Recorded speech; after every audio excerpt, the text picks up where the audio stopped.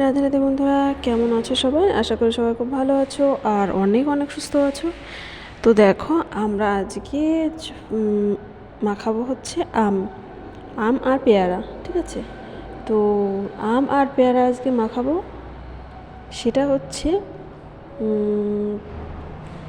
কাসুন্দি আর এই দেখো কাসুন্দি আর হচ্ছে গ্রিন চিলি সস আর হচ্ছে যেটা হচ্ছে সান্দা নমক বলে না, ওই যে সান্দক লবণ, ওই আমরা যেটাকে বিট লবণ বলে থাকি।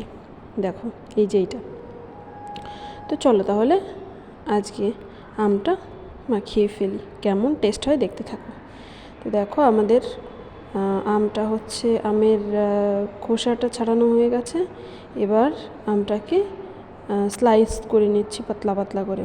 তো কারণ হচ্ছে আমার ওই ছোটো ছোটো করে যে কী বলে না,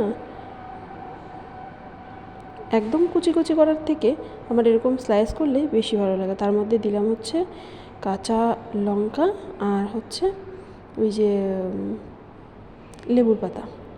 তো মানে কাঁচা লঙ্কা ভাঙার পর আর লবণ দেওয়ার পরে সেই মানে সেন্টটা যা বেরিয়েছে না, মানে কাঁচা কাঁচা আর এদিকে লঙ্কা আর লবণ, কেমন সেন্ট বেরোবে সেটা তো তোমরা যে বুঝতেই পারছো। তো চলো তাহলে আজকের মাখানোটা দেখতেই থাকো। তো দেখো আমাদের মাখানো প্রায় শেষের দিকে। তো এখন দেব হচ্ছে কাসুন্দি। এবার কাসুন্দি অনেকটা দিয়েছি, মানে খুব সুন্দর টেস্ট লাগছিল।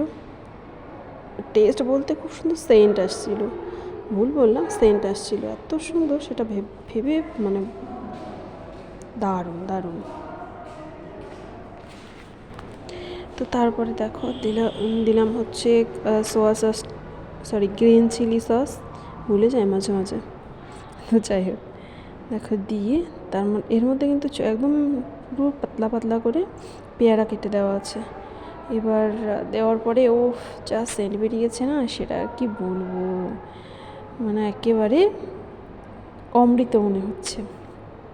সেন্টটাই এত সুন্দর লাগছে, দেখতেই পাচ্ছ। দেখো দারুণ দারুণ, যা সেন্ট হয়েছে না, কি বলবো। এই দেখো পেয়ারাগুলো এরকম পাতলা পাতলা হয়ে গেছে। তারপর আরেকটু কাসুন্দি দিয়ে দিলাম, কারণ হচ্ছে একটু কম কম লাগছিল তাই। তারপরে এই কাসুন্দিটা দিয়ে দেওয়ার পরে ওহো কি বলবো বলো, জাস্ট কিচ্ছু বলার নেই। দেখো, তো তোমাদের আজকের ভিডিওটা কেমন লাগলো অবশ্যই জানিও। আর সবাই খুব ভালো থেকো, সুস্থ থেকো। আজকের মতো এখানেই শেষ করছি। রাধে রাধে, সবাই খুব ভালো থেকো।